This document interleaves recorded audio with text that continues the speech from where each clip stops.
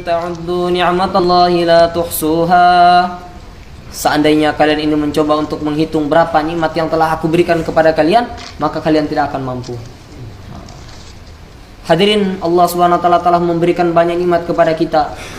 Saking banyaknya, kadang-kadang kita ini merasa sudah tidak diberi nikmat lagi. Padahal setiap kedipan mata kita ini adalah nikmat dari Allah. Setiap hembusan nafas kita adalah nikmat dari Allah. Setiap detakan jantung kita, bahkan setiap aliran darah kita ini merupakan nikmat dari Allah. Maka Allah Subhanahu wa taala, tapi di antara semua itu ada nikmat-nikmat yang besar yang Allah Subhanahu wa taala berikan kepada orang-orang yang dipilihnya. Maka kita syukur hari ini Allah Subhanahu wa taala telah berikan kita nikmat itu. Nikmat yang sangat besar, nikmat yang sangat agung, yaitu nikmat iman, nikmat Islam. Hadirin yang mulia, dengan nikmat iman, dengan nikmat Islam ini, maka nanti kehidupan 60-70 tahun sebenarnya hanya masa penantian saja. Masa penantian menjadi raja-raja di surga. Tapi kalau tidak punya iman dalam hati, hidup 60-70 tahun sebenarnya itu hanyalah masa penantian menjadi bahan bakarnya api neraka. Hadirin yang dimuliakan Allah Subhanahu wa taala, hari ini banyak dari kita, terutama orang tua yang ingin sekali memiliki anak-anak yang soleh. Banyak dari kita berkeinginan untuk mendapatkan anak-anak yang taat kepada Allah Subhanahu wa taala. Tapi hadirin, kebanyakan dari kita juga lupa bagaimana cara membentuknya. Maka pedagang yang bijak adalah pedagang yang kalau dia itu mau sukses, dia harus melihat siapa pedagang sebelum dia yang telah sukses sebelumnya. Maka dia tiru. Petani juga seperti itu. Petani kalau mau sukses, dia harus melihat siapa petani sebelum dia yang telah sukses dan dia harus menirunya. Maka kita sebagai orang tua ingin memiliki anak yang soleh, maka kita harus melihat siapa orang-orang terdahulu yang mereka telah berhasil membina anak-anak mereka, berhasil mendidik anak-anak mereka menjadi anak-anak yang taat kepada Allah Subhanahu wa taala. Hadirin yang mulia, orang-orang terdahulu itu cara mereka mendidik anak-anaknya yang pertama mereka kenalkan kepada Allah. Jadi orang-orang dulu itu yang pertama kali dikenalkan kepada anaknya itu kebesaran Allah, keagungan Allah. Diperkenalkan anak ini kepada zat yang menciptakan dia. Hadirin yang mulia, mereka mengajarkan kepada anaknya, nak, yang menciptakan kamu itu Allah. Yang menciptakan bapak, yang menciptakan ibu itu Allah. Kamu diutus ke muka bumi ini bukan atas kemauan bapak, bukan atas kemauan ibu, bahkan bukan atas kemauan kamu. Buktinya apa hadirin? Buktinya nanti kalau kita diambil oleh Allah, ini bukan atas kemauan kita juga. Jadi memang yang ciptakan kamu, yang menghidupkan, yang mematikan hanya Allah. Nah, yang memberikan rezeki kita hanya Allah. Bapak ini cuma perantara saja. Kelihatannya pagi-pagi bapak pergi ke pasar, pergi ke ladang, pergi ke kantor untuk cari uang. Tapi hakikatnya yang berikan rezeki kita ini adalah Allah. Orang tua dulu seperti itu, mengajarkan kepada anaknya itu pentingnya kebesaran Allah. Nah, yang menciptakan kita, yang menjaga kita hanya Allah. Kalau Allah Subhanahu wa taala kehendaki, Allah Subhanahu wa taala akan berikan manfaat dan mudarat kepada kita. Kalau Allah Subhanahu wa taala kehendaki, Allah Subhanahu wa taala akan jaga kita. Hadirin yang mulia, orang-orang terdahulu mereka mengajarkan kepada anak-anak mereka, nah, sesungguhnya satu butir pasir di lautan itu tidak akan bergerak kecuali hanya dengan izinnya Allah Subhanahu wa taala. Satu muka bumi ini, satu orang di dunia ini, kalau mereka sepakat kumpul jadi satu, kemudian mereka sepakat untuk menggeser satu butir pasir di lautan saja, tapi kalau tidak diizinkan oleh Allah, maka mereka tidak bisa menggesernya. Hadirin. Sebaliknya, walaupun tanpa digerakkan, tapi kalau Allah Subhanahu wa taala kehendaki satu butir pasir ini akan digerakkan, maka dia akan bergerak.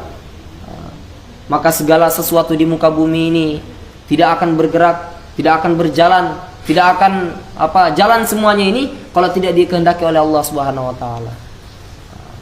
Hadirin yang mulia, orang-orang terdahulu, orang tua terdahulu mereka tanamkan perkara ini dalam hati anak-anak mereka. Sehingga apa? Sehingga anak-anak mereka jadi anak-anak yang soleh. Sehingga anak-anak mereka menjadi anak-anak yang taat kepada Allah Subhanahu wa taala. Maka jangan heran ketika Nabiullah Ibrahim alaihissalam, beliau ini mengatakan, bertanya kepada anaknya, ya bunayya inni ara fil manami anni adbahuka fanzur madza tara. wahai anakku Nabiullah Ismail, sesungguhnya aku ini melihat dalam mimpiku, aku ini diperintahkan oleh Allah Subhanahu wa taala untuk menyembelih kamu. Kemudian apa pendapat kamu? Hadirin, apa perkataan yang keluar dari lisannya anak yang sudah dididik orang tuanya kenal kepada Allah? Apa perkataan seorang anak yang hatinya ini sudah takut, sudah kenal kepada Allah Subhanahu wa taala? Ya abatif al ma tu'mar satajiduni insyaallahu minas sabirin. Masya Allah. Nabiullah Ismail beliau mengatakan, wahai ayah, kalau itu perintah Allah kerjakan. Kalau itu perintahnya Allah Subhanahu wa taala, Tuhan kita yang menciptakan kita, yang menghidupkan kita, yang mematikan kita, kerjakan. Kelak engkau akan mendapatkan aku termasuk orang-orang yang sabar. Hadirin yang mulia, maka kita jangan heran kejadian seperti ini. Hari ini anak muda kita, termasuk saya juga dulu sebelum mondok, ketika diperintahkan oleh orang tua, nak, sholat nak, mau pak, pulau mau main bola dulu, mau kerja tugas dulu, mau ke sana, mau ke sini. Karena anak muda ini pak memang hatinya pengen kemana-mana. Saya akui sendiri. Betul kata para ulama itu, asyababu nisful junun. Anak muda itu separuh kegilaan. Banyak hal-hal gila itu yang dibuat siapa? Anak muda. Coba kita lihat kalau di jalan-jalan itu yang buang-buang gas itu, yang ribut itu siapa pak? Apa orang tua seperti kita begini? Anak muda. Maka Allah Subhanahu wa taala pentingnya kita rangkul anak muda kita. Kita jadikan mereka generasi-generasi yang takwa kepada Allah. Jadikan mereka generasi-generasi yang mereka ini akan menjadi penerus-penerus pejuang agama Islam. Ini penting hadirin. Hadirin yang mulia, dari perkataan Nabi Ismail tadi kita bisa juga menilai bahwasanya bukan hanya kebesaran Allah yang ditanamkan orang tua terdahulu kepada anaknya, tapi juga ceritanya orang-orang soleh. Jadi orang tua terdahulu juga menanamkan kepada anak-anak mereka tentang pentingnya kenal dengan orang-orang soleh. Dikenalkan mereka kepada orang-orang yang ahli sabar, dikenalkan kepada mereka ahli-ahli orang ibadah. Maka Allah Subhanahu wa taala, disinilah pentingnya kita ini menceritakan kepada anak-anak kita, kan? Kalau kita ingin mendapatkan anak-anak yang soleh, kita tanamkan dalam hati mereka kebesaran Allah dan kita ceritakan kepada mereka orang-orang soleh, keutamaan-keutamaan yang menjadi orang soleh, atau kita ceritakan kepada mereka kisah-kisahnya orang soleh terdahulu, sehingga mereka ini kenal, ya kan?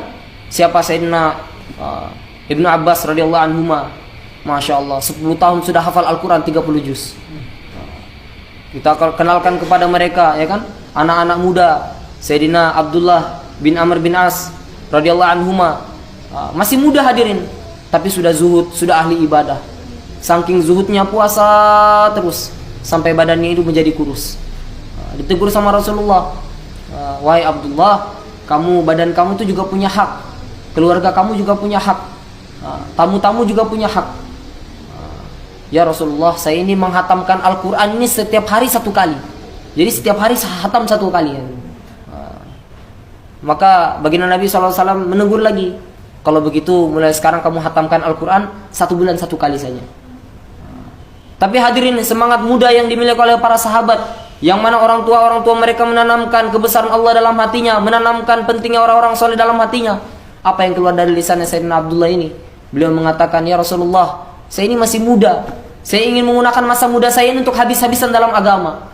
Maka izinkan saya untuk menghatamkan Al-Quran lebih dari itu. Maka baginda Nabi mengatakan, oke, kalau begitu 20 hari sekali. Bagaimana? Ya Rasulullah, saya ini ingin menggunakan masa muda saya ini untuk mengamalkan agama. Itu terlalu lama itu. Oke, kalau begitu 3 hari saja. Bagaimana? Ya, setiap 3 hari sekali saya hatamkan Al-Quran. Anak muda zaman dulu seperti itu hadirin. Karena orang tua mereka menanamkan kebesaran Allah, menanamkan orang-orang saleh dalam hati-hati mereka. Kita kenalkan hadirin anak-anak kita dengan Sayyidina Hasan radhiyallahu anhu.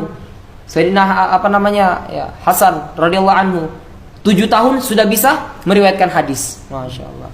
7 tahun hadirin. 7 tahun sekarang bisa apa? Anak sekarang main kelereng, kejar layang-layang.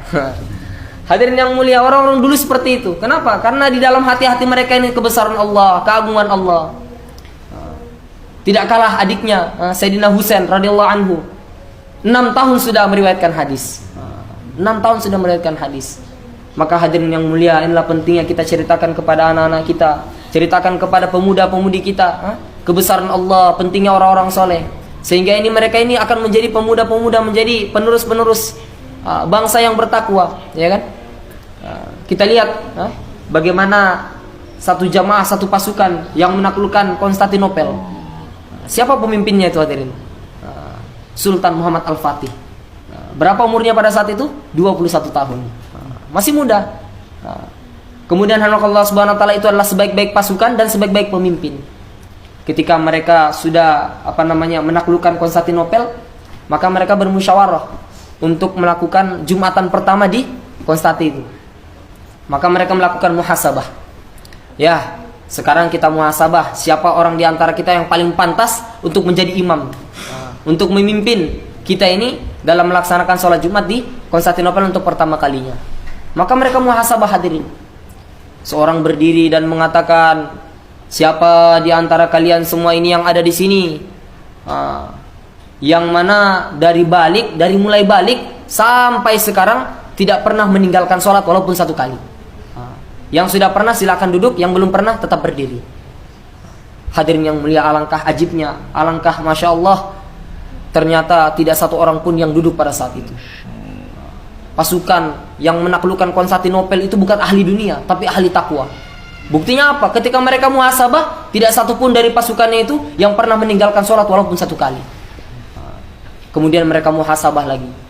Siapa di antara kalian yang dari mulai balik sampai sekarang tidak pernah ketinggalan takbiratul ula bersama imam? Maka sebagian pasukan duduk, sebagian masih berdiri. Pada saat itu Sultan Muhammad Al-Fatih masih berdiri. Maka muhasabah yang terakhir mereka mengatakan, siapa di antara kalian yang mulai dari balik sampai sekarang tidak pernah ketinggalan sholat tahajud? Maka semua pasukan duduk kecuali Sultan Muhammad Al-Fatih. Itu pemimpin hadirin. Pemimpin masih muda, tapi selama balik sampai umur sekian tidak pernah meninggalkan sholat tahajud.